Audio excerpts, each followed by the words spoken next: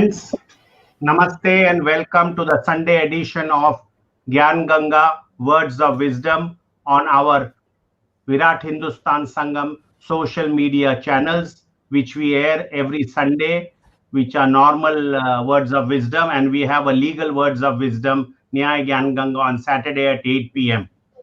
Today, we are with Dr. Subramanian Swamy and Dr. Venkat Iyer and Pandit Satish Sharma ji, and we are going to be discussing a very important subject, that is Brexit, its impact, implications for India and the world. It's a very interesting subject, and we have two experts, as I mentioned, Pandit Satish Sharma ji, who is based in London, and he's a British Hindu, and he has been doing dharmic work in London and has been associated with lot of theology and other issues and taking up Hindu causes in the in UK, and has been very active and in the forefront of lot of social and political activities in London. We also have Dr. Venkat Iyer, who, as you know, is the person who does our Saturday Legal Words of Wisdom Gyan Ganga program. Dr. Venkat Iyer is a barrister and legal academic based in Northern Ireland, in Belfast, and as he is from that part of the world, both Dr. Venkat Iyer and Pandit Satish Sharma will enlighten us on Brexit, its impact and implications for India and the rest of the world. I would now request Dr. Swamy to start with his introductory remarks. Before that, I wish to thank my colleague Dr.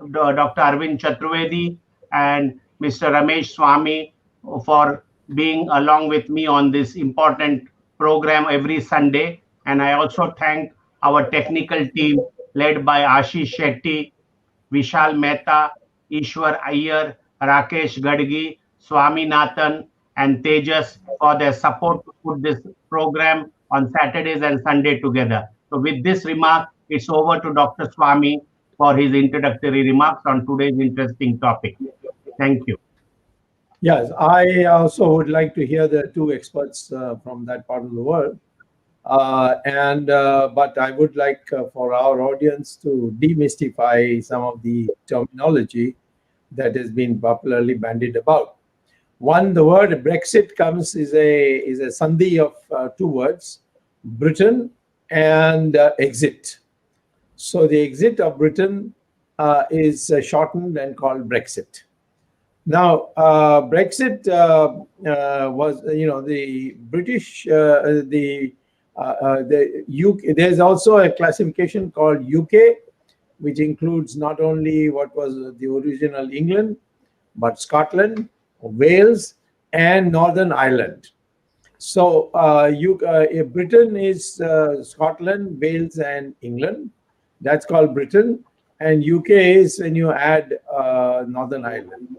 So now UK has been a part of the European Union, which is some 47 years ago or a little more than that, and Britain came in the last, and they have a common market, and which means that goods moving within each of these so many numerous countries, maybe about 50 countries, I don't know how many, 35 countries. I think our experts will clarify. But there are no restrictions, no visa problems, nothing. It's almost as if Europe had become one country for all practical purposes. So this Britain had gone in 47 years ago. And then in 2016, there was a growing feeling that Britain is losing its identity. And a movement developed that we must get out of the EU. And so finally, a referendum was taken in 2016. And the referendum voted in majority in favor of getting out. After that, the process of working out how to get out, that process began. And it was a painful process because there was a lot of work to be done. The tariffs have to come back and so many other paperwork. In fact, I'm told that they'll have to spend 7 billion pounds on paperwork to get back to where they were 47 years ago in terms of paperwork. So this whole process had to be not only Britain walking out of the European Union, but also preparing an agreement as to what the relationship would be. As far as tariffs are concerned, I think they have decided, according to me, stand to correction from what I have read, they will be more or less unchanged, the tariff procedures. But that is for the certain sectors. Now, as far as the service sector is concerned, and Britain's GDP, 80% is from services, there is going to be a serious problem because that will be subject to now, once they're out, and now they are out anyway, once the process begins, it's going to be a very tough task. Now, I believe that the information is from media sources that Scotland, which is a part of Britain and of course UK, wants to now secede from the other regions of UK and continue its relationship with the EU as before. So whether what substance is in it and whether it's a serious matter, I think our two experts will tell us. Now, the question why this agreement, which is the 2021 agreement, which came effective from January 1, this took a long time negotiating. And the question would be, why is it that they went into the EU? Well, naturally, it was a great one of promoting trade and ease of movement, and a variety of advantages were there. And I think it is more emotional that Britain wanted to get out of it. And I would say that what today we have to see is whether Britain can survive or make the transition in a smooth way once the fact that the Britain left or UK left EU formally last January 30th, 2020. But today, when as of January 1, is the fact that all the rules and regulations which apply to Britain is no more applicable unless otherwise specified in a fresh agreement. The other EU countries are very unhappy that Britain left, and they don't want to make sure that this doesn't encourage others to leave. So they're going to make it as difficult for Britain as possible. And Britain has got a big task in terms of economic survival and how they're going to do it. Where does India fit in? Can India fill some of the vacuum created by Britain coming out in terms of dealing with Britain? Because we have had lots of trade with Britain, and lots of Indians also live in England and so on. So I think these are things which our two experts will guide us. And I would say that it's a historic thing that has happened, where it will take England or UK or Britain or UK is something to be seen. But I certainly think that now we would think that two countries will matter most for Britain, and one will be United States and India. And what that relationship would mean for Britain is something we'd like to hear from our experts. Over to you both. Thank you, Swamy. What I intend to do fairly quickly is to just lay the ground for something deeper that Satish is going to talk about. And I'm going to essentially speak in bullet point form about, first of all, the impulses for Brexit. Secondly, the opportunities that Brexit presents not only to the UK, but also to India, and I would add to the Commonwealth, which has not been spoken about much in the debate, at least in countries like India. Now, what were the main impulses that lay behind Brexit? I would say, first of all, there was uh, the argument on democracy. And generally speaking, there is an expectation on the part of any people that their rulers would be chosen by them and that they would be as close to the local population as possible. And one of the main criticisms about the EU was that that democratic principle was not fully respected because the leaders of the EU, the people who made the decisions, were seen as remote, unelected, and to some extent unremovable. And of course, contrary to popular belief, the European Parliament is a powerless body. The real power rests with the unelected European Commission, which incidentally has been criticized for having failed or discredited ex politicians from member states. And then, of course, there was the other big argument, which had to do with what many people consider to be a power grab, and a power grab by stealth, in that the original idea of the European Union actually started as the EEC, the European Economic Community, was never ever close a union. It was designed essentially as a common market only. And it just so happened that progressively more and more power was taken from the member states to the center. And the other aspect of this power grab was that um, at national levels, there were no referenda offered to the people. And all parties, at least in the United Kingdom, and possibly other countries as well, were broadly pro European.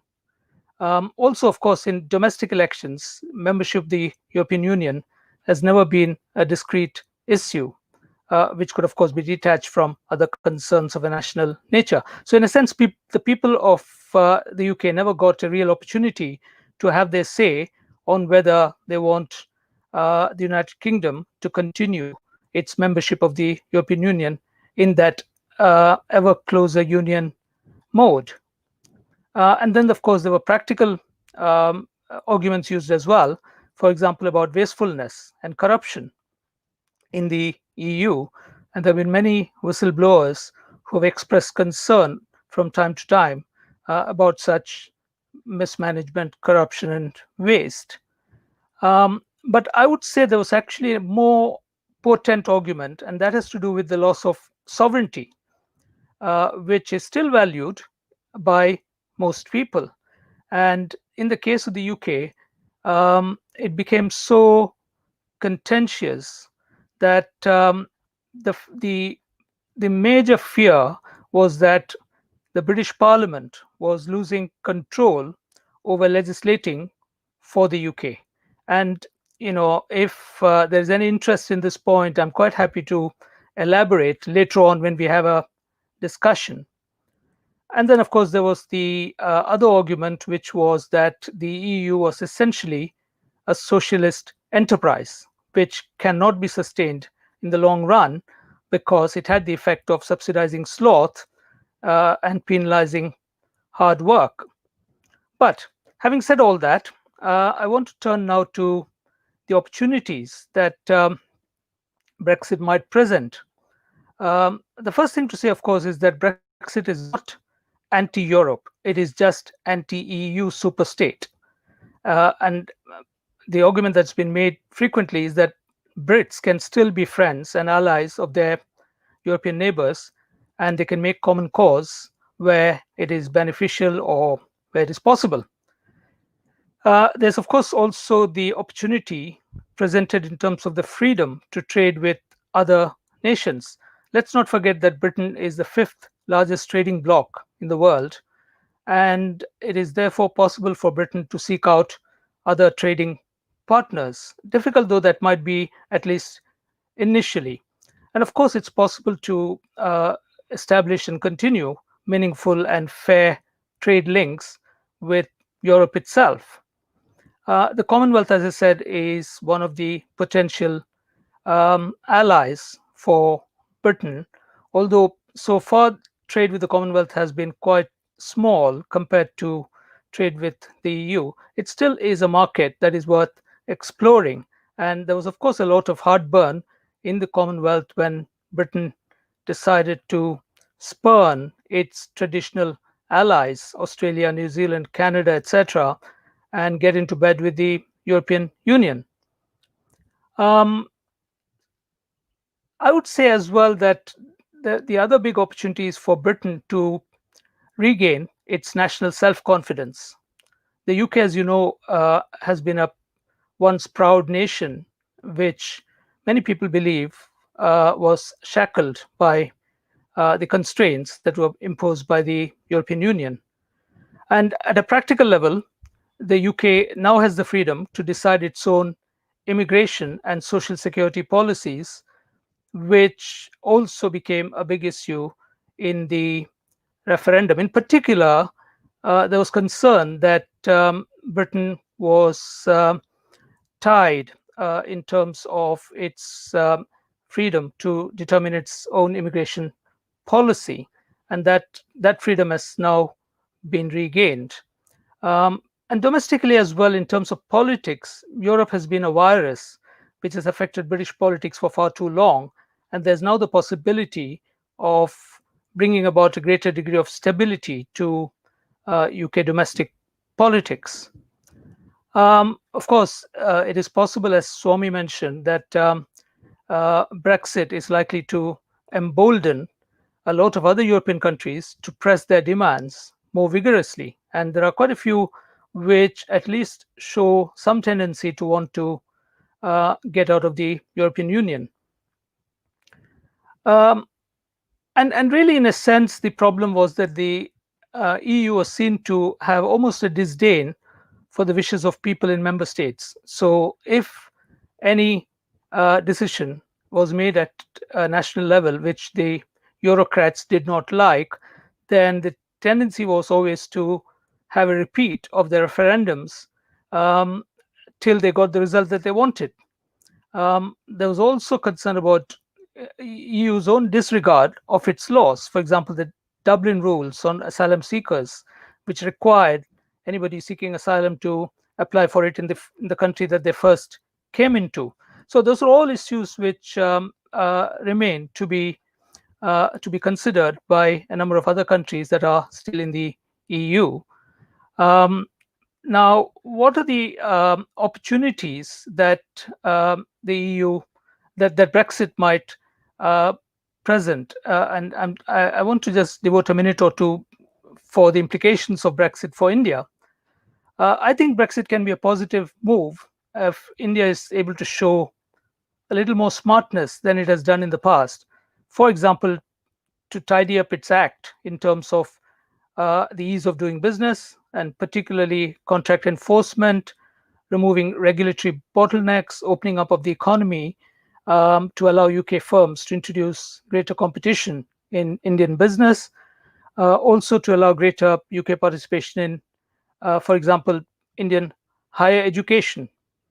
I think India should also abandon its attitude of victimhood and show greater self-confidence. In particular, I would say that India should give up making unrealistic demands for parity of treatment on the recognition of Indian qualifications, for example, in law. If some of these things can be done, there is, I think, a lot of potential for greater cooperation between the UK and India. I think I've far exceeded my time, so I'll probably stop here and hand over to Satish. And Dr. Iyerji, thank you so much. And Dr. Swamiji, thank you also for the opportunity of being a guest speaker on the very first Gyan Ganga of this new 2021. Hopefully some of the things that we can say today will ripple through the rest of the year, and we'll see some of our predictions come to bear fruit and even manifest. So thank you so much for the opportunity of joining in this incredible conversation. So a lovely subject to have chosen. So where do we start? You were very generous in describing myself as an expert in this particular issue. I think the only claim to expertise that I could possibly accept is that I've been a front seat spectator of this whole Brexit affair since it started way back in, I think 2015 is really when we started to see that this was going to be a major issue for the country. You'll recall in 2015 you joined us in the UK, and we held one or two wonderful events. We coined the phrase Dharma Rising, which I think was so far ahead of its time at that time. Now everybody is feeling Dharma is rising. But that was when the Brexit sort of ripples started to be felt. If I can try and pinpoint a few micro issues, then perhaps move to a macro perspective. On the micro level, my connection and my areas of intelligence, they come from the communities. Obviously I've been in this country for a long period of time, and so I'm very well tied into community networks up and down the country. And by virtue of my ancestry and lineage, I'm very, very much connected with the British Hindu community. And so the intelligence and the feeling, the sense of what's going on, I've always had given to me, and I've derived it from engaging with those two areas. Now that's probably the nation and its direction and its feel and its pulse. At the other level, we have the political class, the elite, the government, the policymakers, and so on. In 2015, we noticed a dichotomy, and that was that the political class had completely detached themselves from being sensitive to the mood in the country. And there were a few triggers that started to happen at that point, and that distance just grew and grew and grew. If I can think of putting a finger on one or two catalysts, I think Angela Merkel opening the borders of Germany without consultation with the rest of the community, that was felt at a very visceral population level. Remember, Britain is in the experiment of multicultural integration, assimilation, so it had its own internal fault lines and pressures. And suddenly, Angela Merkel opened up the gates to the Euro-Christian cartel, which is what I refer to the EU as, and that rippled right across the country. That should have been taken note of, but it wasn't really taken note of. I think one of the other aspects which happened was that the mood in the country was turning against the quality of representation that they were actually getting. There were too many changes which were happening on a day-to-day basis at grassroots level. The usual attitude of the British is, okay, we can tolerate government so long as they don't interfere too much in our daily lives and they get on with it, and we're happy and they seem like decent guys. But that relationship was beginning to wither. And so the confidence and the trust which the population had in the political servants, the public servants, was beginning to wither. In 2015, I would say my Brexit journey started when I received a phone call from one of the media companies, and they were hosting a panel conversation, and they wanted to find what the British Hindu community were feeling about Brexit. And they had managed to get poor Bob Blackman, who is our sort of honorary British Hindu, to speak, and he was supporting the Brexit choice. And he was in isolation, he was one of few. But they hadn't managed to find a British Hindu who was willing to speak about the good things about Brexit. And so I got the call and I said, okay, I'll be happy to have a look at it. Let me do some research. I arrived on the day to have this conversation. And on the other side, everybody who was anti-Brexit, there was Lord Karan Bilamoria, there was Baroness Sandeep Verma, the leading lights of the British Hindu community in terms of business and political power were all arrayed against the motion. And this was quite an interesting dynamic as well. So we had this conversation, and having done a little bit of research, it became clear to me that at the grassroots level, Brexit was going to happen. And it wasn't a question of, is it good or is it bad? It was apparent that it was going to happen. And because the population wanted it to happen with such a high degree, it really should have been accommodated and understood that this is going to be a reality for us. And so I took the point of view that democracy really requires this to happen, because there are too many changes for a community to assimilate. The grassroots Brit is not feeling the benefits of being part of this European Union anymore. And in fact, many are feeling that the promises that were used to entice everybody to join the common market, those promises had fallen dramatically short of the press, the PR and the marketing blurb. So there was this underlying current. So I put forward the proposal that, as far as I'd been able to establish, Brexit was going to happen. And in fact, it was filled with many, many opportunities for an India-UK relationship. Having, my perspective was that on a macro level, the European Union, if we step back the lens and look at the human affairs over the last 1,000 years or so, the European Union was formed by former colonies, former colonial masters, all coming back home when they can no longer sustain their colonial possessions, and creating Fortress Europe. It was identified as a Euro-Christian identity, and it created boundaries of tariffs. And there are many who feel justifiably that the people who lived within the walls of Fortress Europe still exploited vast economic resources from African countries, from India, and for other former colonies. And so there was an injustice here. And this injustice dictated the terms of human development, evolution, society for the last 200 years. And this needed to change. That was another dimension which I felt in the flow of human affairs needed to be corrected. And Dharma really required the EU to stop being what it always had been. And so from that point of view, I felt it would be a dharmic development for Britain to leave the EU. It would be the first in that step. I tweeted today that Brexit may be the first dharmic activity that the British have done for the last 200 years. And I'm fairly confident that we're going to see that will play itself out.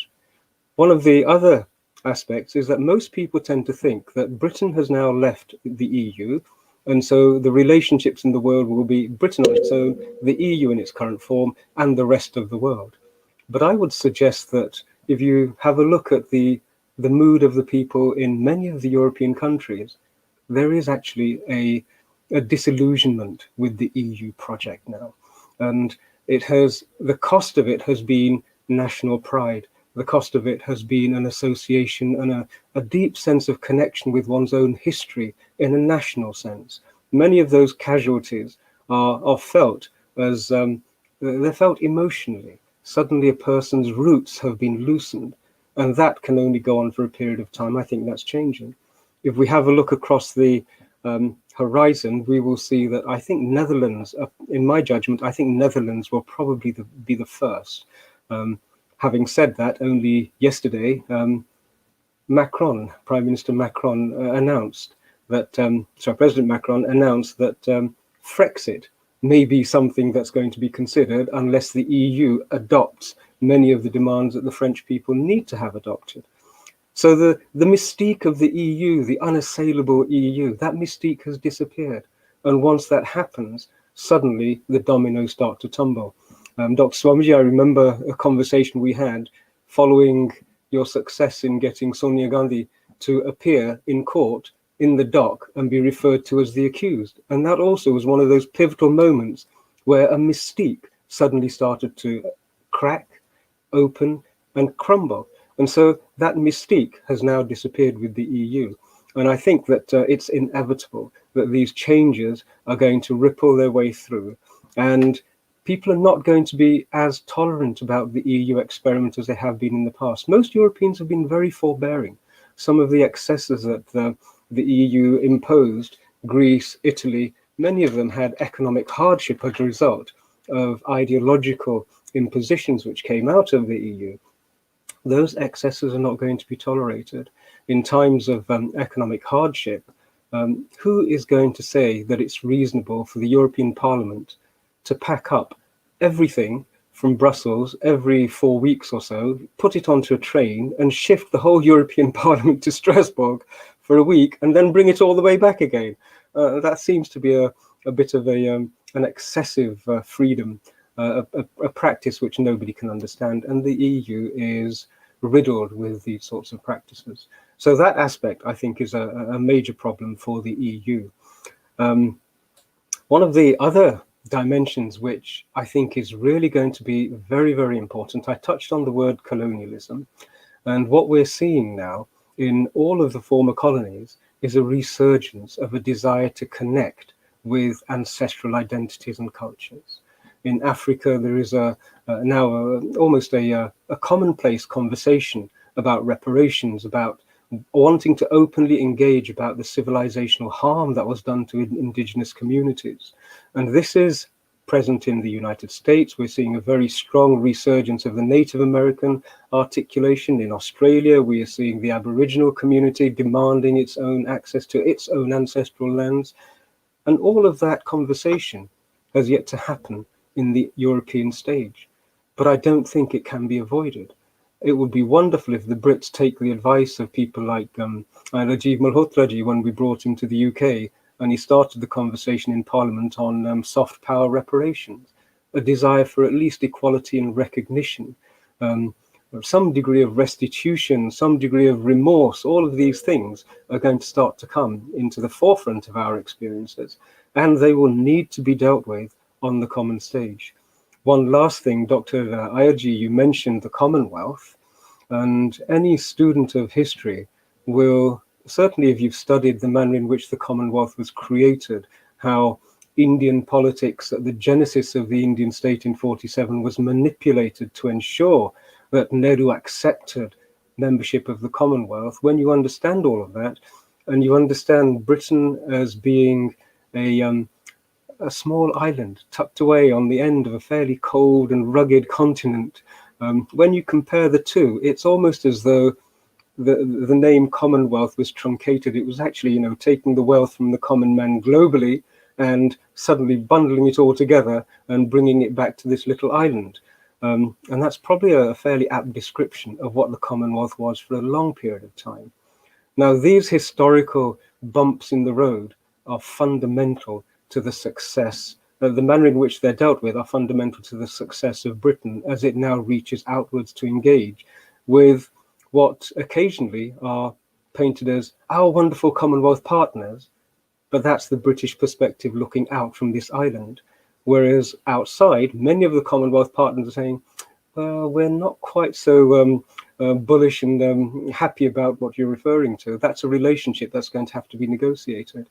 I worry sometimes that the political class who are tasked with guiding the nations through this time, they seem to be of the worst quality that we have had for a long, long time. The lack of knowledge of history, the lack of understanding of social and cultural movements, forget the dharmic and the spiritual underlying currents. I recall Dr. Liam Fox proudly announcing when he was Secretary of State for Trade, Foreign Trade, that this was going to be Empire 2.0.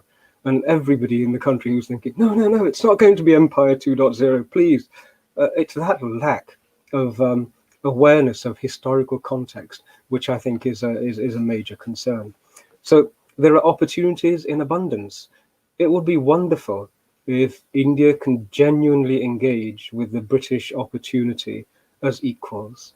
And when I say as equals, without the baggage of being psychologically undermined by one's own inferiority, being somehow beholden to Britain as being the arbiter of all moral, spiritual, economic, and cultural values. None of those things should feature. We have to get India to shrug those off. And then there is a vast opportunity. The British capacity for detailed work. We know how meticulous the British were in record keeping when they were running the colonies. That same meticulous approach, project management, R&D. Remember that Britain's two largest exports are financial services, but also the armaments industry. Britain's weapons and arms industry is a significant part of GDP. So there is much that Britain can offer to India and India can offer in return. But it must be a relationship built not on brushing under the carpet the inconvenient history that exists between the two nations, but on dealing with that issue and recognizing that there are wounds there that need to be acknowledged, they need to be repaired, and then on a healthy, honest basis, the two countries can move forward. If they don't, these are going to be there forever and a day, and Britain will never be able to engage with its head held high and say, yes, we have dealt with our history, we have atoned for what we did, and we genuinely want to move forward to the benefit both of our people, but also for peoples elsewhere. That would be the honest way forward. But I see so few signs of that coming to the front yet. Perhaps we can stimulate that level of conversation. The last thing that I'd just like to say in summary before we move to a Q&A is that we have a new dimension of engagement occurring. In the past, populations deferred to political governance, legal systems, which were created by and large during colonial times. And the institutions which certainly run Britain are still being driven by the momentum of that worldview. What's happened with the populations, though, is that the population is saying, we want to take control. It's almost as though a genuine democratic way of looking at the world is actually bearing fruit. It's mushrooming in now. If you wind the clock back to 2015, I was thinking, when did this actually start? What was the first sign that we saw of population saying, we want to now fully engage? And it was probably Prime Minister Modi's first election victory, where we saw such a massive rejection of the established systems of governance and political management in India. The general public threw it all out. The Liberal Congress, Lutyens Brigade, as we often hear them called, are still recovering from the shell shock that they felt at the time that this had been done to them. Similarly, in the United Kingdom, I remember in 2015, and certainly when Dr. Swamy, you were here with us, Boris Johnson was in the political wilderness for a while. Because they supported the Brexit campaign and were in touch with the mood of the country, they were rejected by the political governance and the class who were running the country. The vision there was that, no, this is so unimaginable. And they were in the wilderness for a while. And now what we see is that small group of about 20 MPs or so who stuck with the vision and with Boris. All of them are now in positions of prominence. Priti Patel, Rishi Sunak, we can trace them all back to that little group who said, no, the public mood is that we have to leave, we have to deliver what has been demanded. Sooner or later, it's going to happen. And we had two prime ministers who defied the mood of the public, and yet the third one, Boris Johnson, who came into play and complied with it, is pretty much, I'm fairly confident history is going to look back on him with a great deal of favor. So this mood where people are saying, we want to engage, we want to be involved in our future, this, I think, is a new development. And if it continues, the speed, the capacity, and the degree and the quality with which the general public can engage with decision making, I think that's a factor which really needs to be factored in. We are seeing trade between India and between the UK being done by companies, whereas in the past it would be through government channels. Government channels are being bypassed because it's people to people. So this whole desire for the populations to say, we're now going to engage in politics, we're going to contribute to the direction of our democracies. This will be a new form of democracy I see emerging. And I certainly hope the political classes recognize it and realize that in the phrase public service, it's not that the public provides a service to the politicians, it actually is the other way. I hope a recognition and appreciation of that will re-emerge. So yes, lots and lots of opportunities. Those who are creative, those who are imaginative, and those who genuinely have a sense of wanting to serve the populations that have elected them, I think they will thrive. The others, we will see increasingly brought to account like they have never been brought to account. And in that sense, Dr. Swamy, you certainly have been holding people to account a long, long time ago. And that's an example of a member of the public saying, okay, this is not acceptable to me. This is not the manner in which I want my nation and my family, my populations, my community to be governed. And so that degree of calling people to account, now I think you're going to have a Dr. Swamy in every household very soon if your Gyan Ganga on legal affairs delivers its fruits. So we will see, I'm sure, very engaged democracies. And that, for me, that fills me with excitement.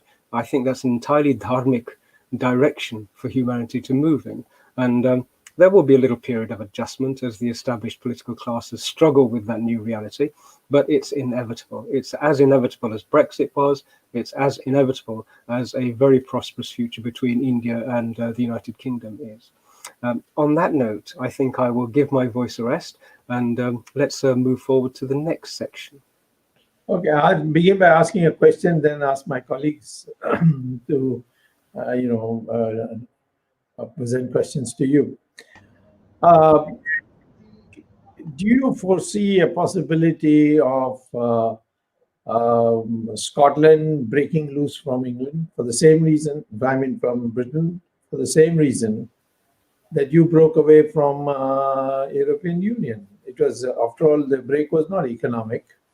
It was sentiment, as you just, at least the way you have recited the facts, it appears to me that sentiment played a lot, that Britain was losing its identity and the people didn't want to lose their identity, so they came out. And there were no economic arguments as such, which was said that this is bad for England's economy.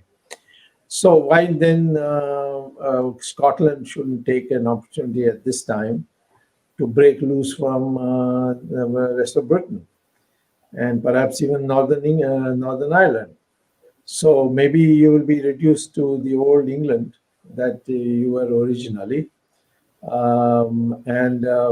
maybe you will be happy with that way, the little Englandism psychology that many British have. So could you tell me whether this could lead to not only the breakup of EU caused by Britain, could end up causing a breakup of Britain itself? If Dr. Iyer is happy, I'll take this I will lead on a response to this. Again, speaking from the perspective of the mood of people, the desire to connect with identities, the discarding of what is essentially a colonialist identity. I remember Mark Twain writing about an Englishman as being the best of all human beings, but the British being the worst of all creatures. And that applies equally, I think, to the national identities. I've spent time in Ireland, and there is a very vibrant Irish identity which is unbroken, and they track their ancestry and their traditions thousands of years. And yet on top of it, there's a very thin veneer of what it is to be British. And this is Northern Ireland. And it's exactly the same in Scotland. There is a Scottish identity which is distinct and separate to the British identity. Equally, there is an English identity. And I see a natural path for each of those identities to pick up where it was interrupted. When you're sitting in a ceilidh or you're sitting with a group of Irish people and they're singing songs, the music, you can see it's totally different to anything that exists in England. I think it would be a natural and a desirable evolution for each of those nations to pick up. I don't think that the allegiance that used to be there is there anymore. The driver of British colonialism, which gave access to infinite world markets and wealth without constraint, which was brought home by Scottish as well as the English, that's no longer there. And so the bonds which have sort of held this nation together are certainly a lot looser. Culturally, are there bonds? I don't believe there are. I think the cultures are distinct and should really be given the elbow room in which they can pick up and teach their children how they wish to teach them, their own ancestral identities and history, the pagan, the religious traditions. All of those are very vibrant, and they don't fit into this little square hole, which being a member of the British United Kingdom really required them to. They've been champing at the bit. When it will happen, there are economic and political considerations, but I think there is a natural possibility that the United Kingdom will still remain a United Kingdom, but it will not be a United Kingdom under the control of an English British colonialist identity anymore. Iyer, is that similar to anything that you've picked up and detected? Well, actually, no, I don't think I have anything useful to add to that, except that I will be sorry if the United Kingdom broke up. That's all. It's a sentimental thing more than anything else. Okay. Just one short comment before I hand over. I saw a film called Crown, or a serial called Crown. Have you heard of that? And there was a vivid description of how the Welsh people felt totally different from the English. And their language is also very different. So I think in the breakups that you are talking about, you could also consider it Wales breaking away. Well, Bharat has a strange mesh. It's almost like a spiritual, a dharmic mesh which binds the whole nation together. Even though there are religious differences, there are linguistic differences. The United Kingdom doesn't have that. The Irish pagan traditions are totally different to the English traditions, are totally different to the Scottish traditions.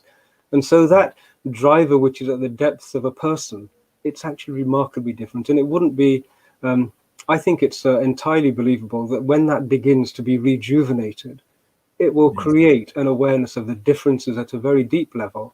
And I can't see a way of reversing this process. It will happen. And I'm sure that in the same way that the British are now engaging with the French and the Germans on a very positive note, now that the separation has happened, all of a sudden the mood is changing. You know, we have to become pragmatic. Let's find a way of working together. We want more BMWs and you want more Jaguars. And so they're finding positive ways to make it happen. And I'm confident that the devolved nations, if they take this route, will actually find there is a positive way of navigating this time. London might be overtaken by the Pakistanis. I think we have to call them Asians, Dr. Swamy. Remember, I am bound by the strictures placed upon me by virtue of the fact that my body is located here. But there is a sense that Britain gave birth to Pakistan.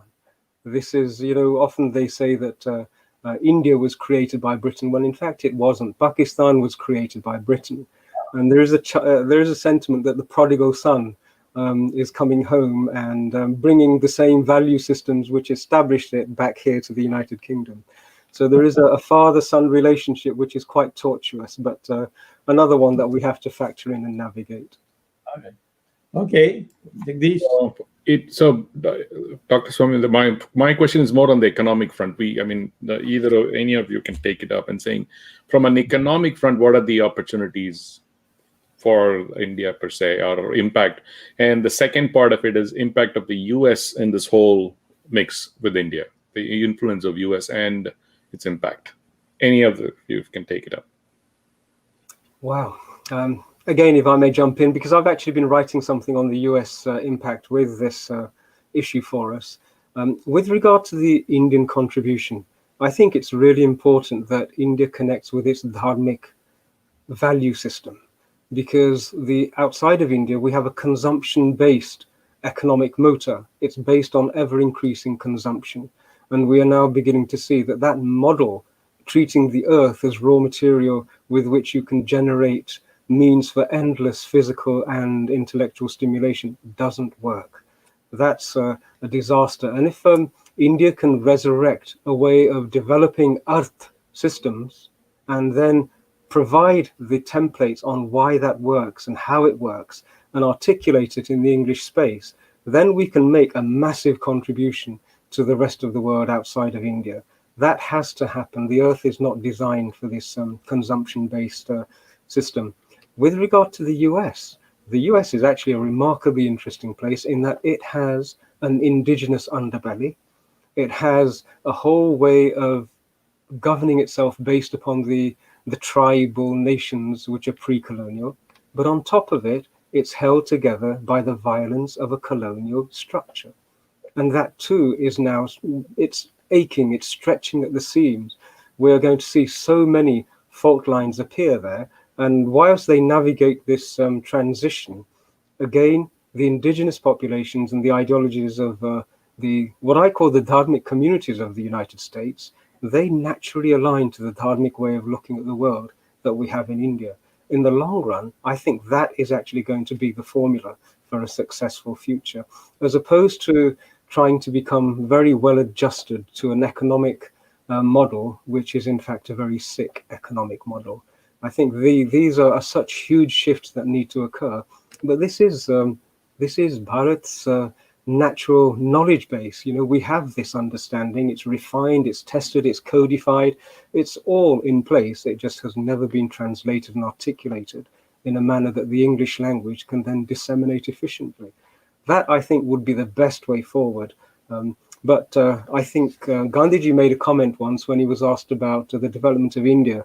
And his comment, if I recall, was if 330 million Indians descend upon the earth with the same value system of the West, then it will be the worst plague of locusts imaginable. And I think that's we're beginning to see some signs of that plague of locusts, but hopefully we can find a remedy to it. I would like India to be imaginative, creative, risk-taking, pioneering in this regard, to re-inject into the world a better way of understanding how we live here, what our priorities are, and in fact that human happiness can be arrived at without following the economic models of the West. That would be my perspective. Okay. That is the topic of my op-ed page article today, the front page of Sunday Guardian. Oh, wow, I feel blessed.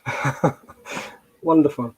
Okay, Dr. Iyerji, do you have any thoughts on the economic prospects and the manner in which Rameshji has expressed? Well, I'm probably going to be a little more nuts and bolts than you've been, and you've of course looked at the bigger picture, which is always very helpful.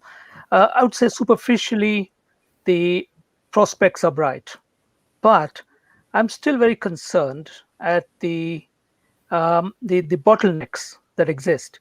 And so, if I were to be very blunt, if an investor came up to me here in the UK and asked if I would wholeheartedly encourage him to invest money in India, and I'm talking about big investments, then I would have a lot of hesitation for the reasons which I very briefly mentioned at the beginning of my talk.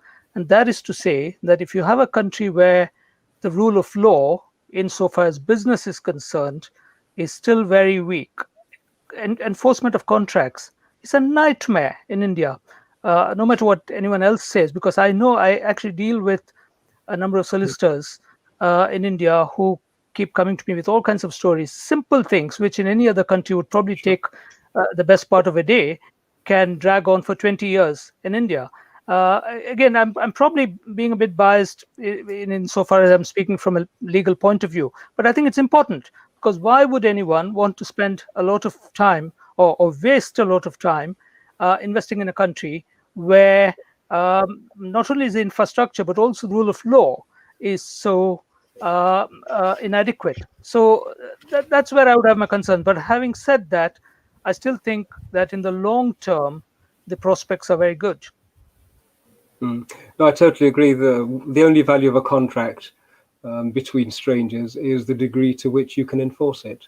And that is a major issue in India. And Dr. Swamy is an example of how long it can take litigation to work its way through the digestive tract that is our legal system, and what happens when it becomes constipated. So we need to find some civilizational trifla, Dr. Swamiji. Okay. Well, I'm quite happy with this slow, leisurely thing. Indians have a different concept of time. This is anyway, true. the problem with India is, but the laws keep changing. That's part of the problem why we can't come to a conclusion. So Venkat, one question for you, coming from one of the viewers there, is that what about Northern Ireland? It's new. It's a different wrinkle. I mean, it's not like Wales or Scotland. It is tied into the UK, but customs-wise, it's, I mean, from a duty, import-export kind of a thing, there's a confusion. So some elaboration into that, if you have. Well, actually, to be very frank, I don't think I can give you a satisfactory answer, because I myself haven't quite understood how the new arrangements are going to work out.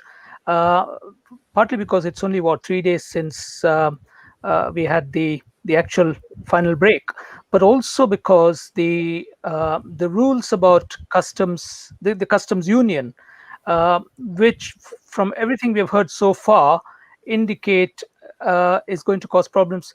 Really, what is happening here is this: the negotiations leading up to Brexit resulted in a deadlock on Northern Ireland, because there is an agreement, a purely domestic agreement between the UK and the Republic of Ireland, that there shall be no obtrusive border between Northern Ireland and the Republic of Ireland. and that has de facto been the case. Now, the difficulty with Brexit is that there will have to be a border which, for among other things, which would enforce customs regulations. Now, it is, I think, reasonably clear now that that border has been moved to the Irish Sea, not at a physical location between Northern Ireland and the Republic of Ireland. Now, how does that play out? There are huge fears in Northern Ireland that there will have to be customs inspections of goods coming in from GB, Great Britain, into Northern Ireland, even though Northern Ireland is still very much a part of the United Kingdom in terms of sovereignty, in terms of application of laws, etc. So there are problems. There are problems which I think will only become clear after a few days. If I may, I just want to say one thing. Sure. In general, about the US perception, at least what I've seen through about the Brexit, the left is totally anti-Brexit. So they just they are portraying that it's doom and gloom for the Brexit thing, and saying that it's a bad deal, it won't work well, and stuff like that. So it's going to be interesting now that a liberal government is going to take over. That relationship, the US Brexit thing is going to be, going to unravel its own, have its own way, it's going to take up its own shape. So that's also going to be interesting, for which I've read through, but most of the liberal commentators here saying that it's not a good thing for America, blah, blah, blah. So, but I don't know what the administration coming in is going to do. But Trump has been pro-Brexit and saying that, Britain has to be free and be on their own. But, that's also something that I just wanted to add. So Dr. Swamy, the thing is, what would be your input on how Brexit will have an impact on India overall?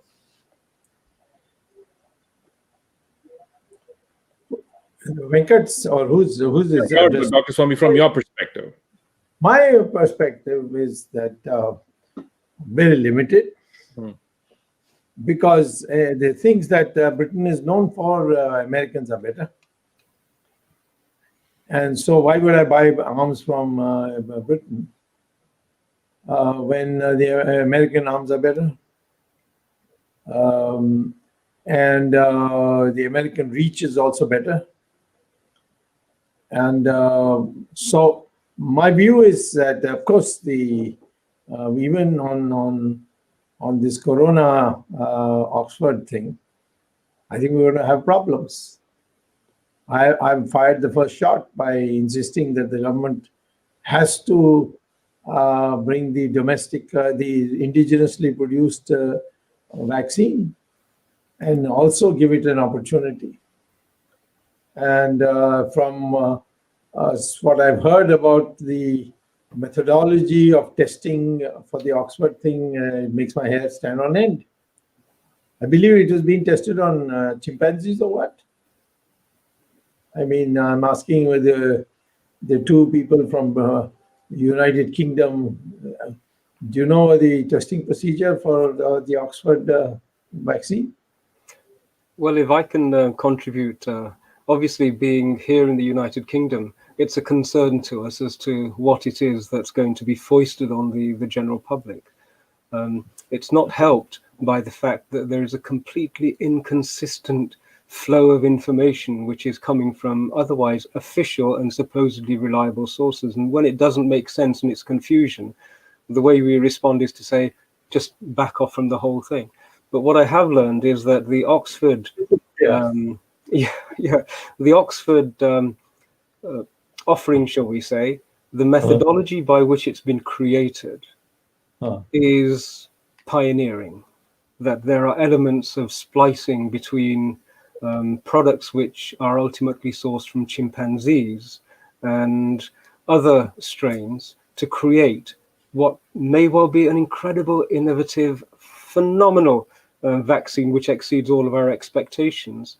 But the more innovative it is, the greater the need for long-range, detailed testing, and that hasn't been given. What has been given by the government is a get-out-of-jail-free card and sort of a complete amnesty on liability.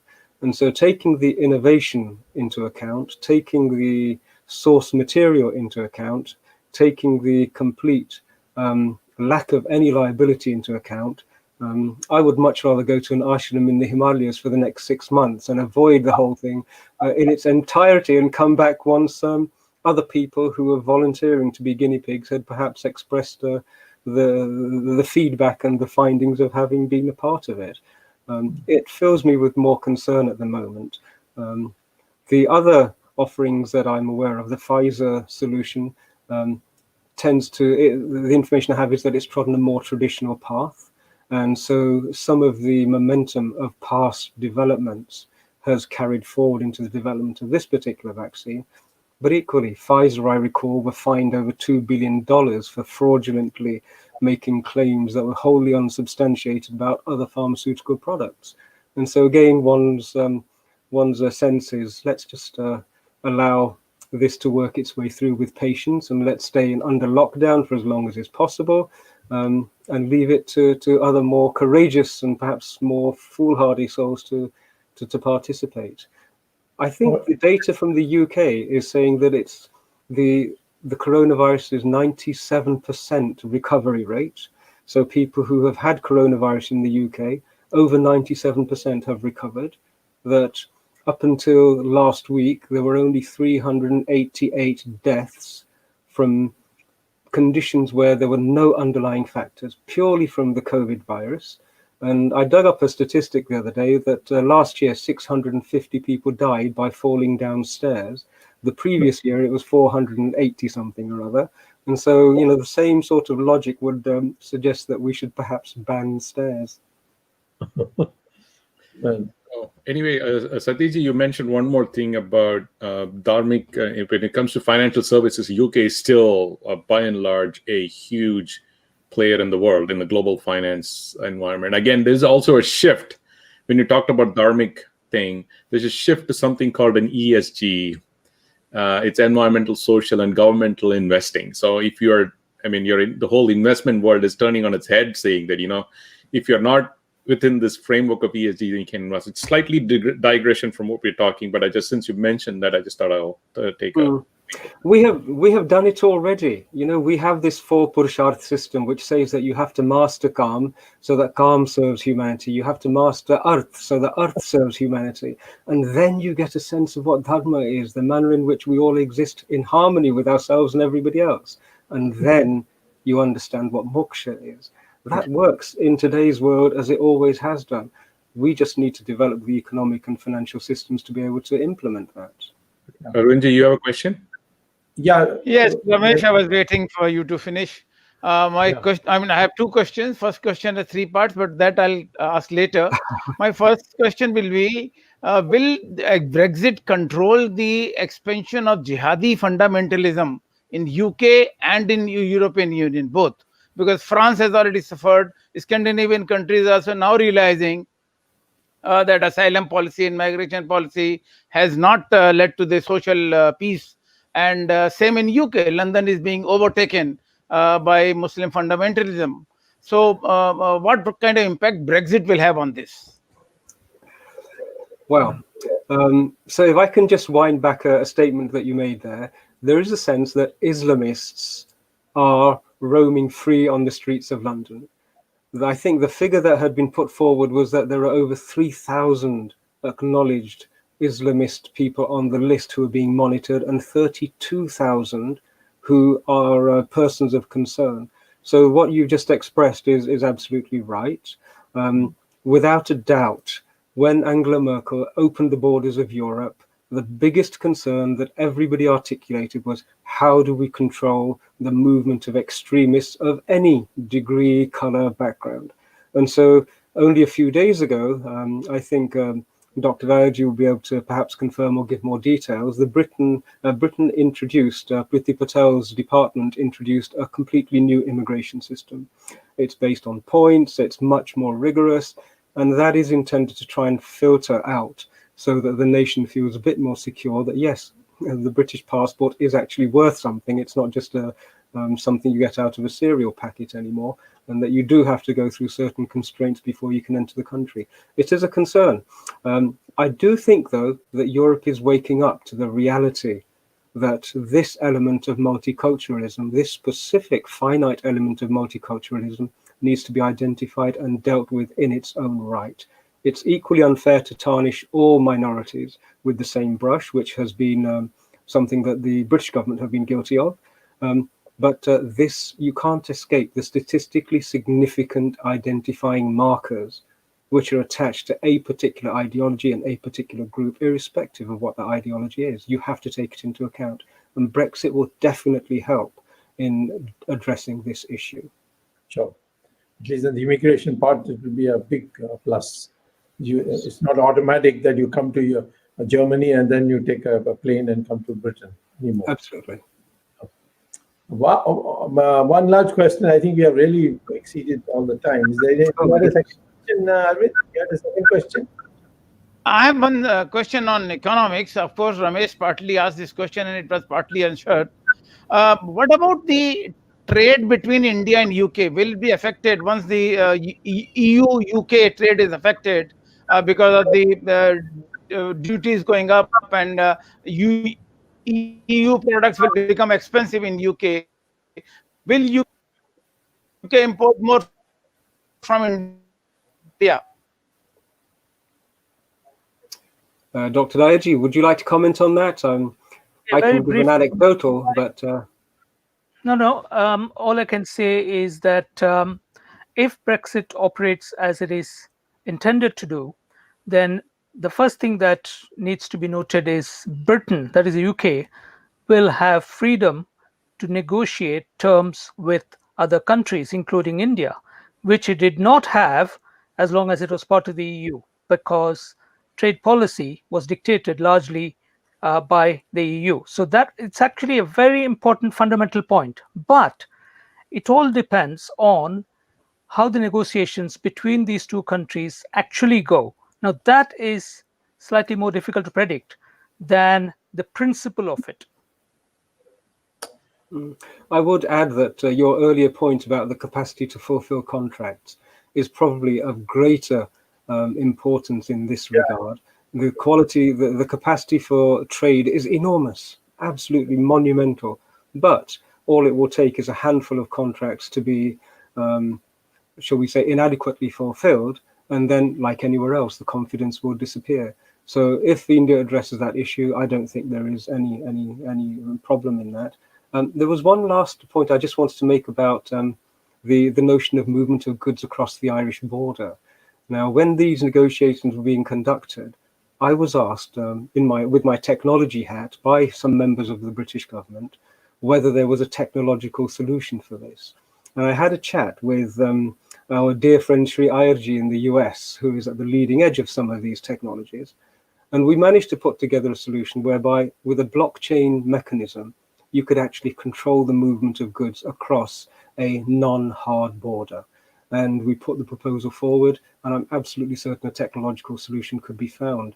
Like yourself, I've spent a lot of time in places like Newry and Rostrevor, where I've taught yoga and spoken about dharma and things like that. And the freedom of movement across that border is so critical.